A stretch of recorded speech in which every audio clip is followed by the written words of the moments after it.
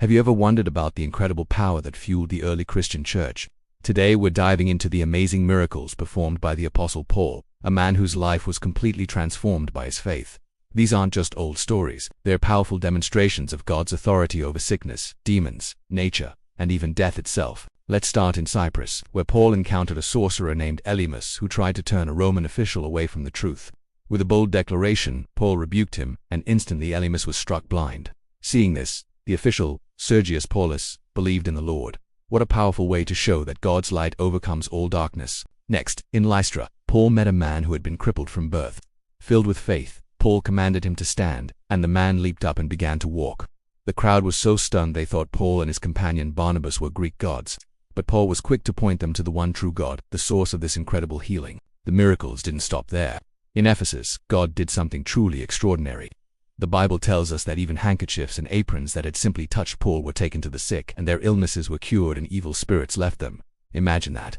The power of God was so present that it could be transferred through everyday objects. Paul also demonstrated authority over the spiritual realm. In Philippi, he met a slave girl who was tormented by a spirit of divination. For days she followed Paul and his team, shouting. Finally, Paul turned and commanded the spirit to come out of her, and in that very hour it left.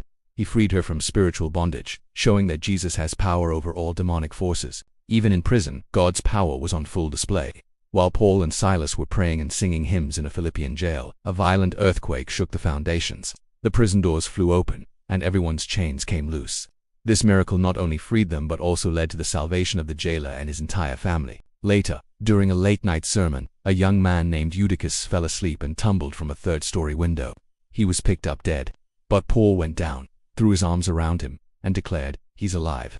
Miraculously, Eutychus was restored to life, bringing immense comfort to everyone there. Even a shipwreck couldn't stop Paul, stranded on the island of Malta. He was bitten by a venomous snake while building a fire. The islanders expected him to swell up and die, but he simply shook the snake off into the fire and felt no ill effects. They were amazed, realizing he was no ordinary man. This opened the door for even more miracles, as Paul then healed the father of the island's chief official and many other sick people on Malta. From blinding a sorcerer to raising the dead, Paul's miracles were a clear sign that his message was from God. They weren't for his own glory, but to confirm his calling as an apostle and to display the undeniable power of the Holy Spirit working through faith.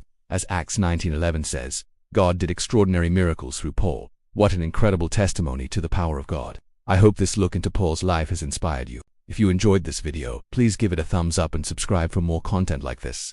Thanks for watching.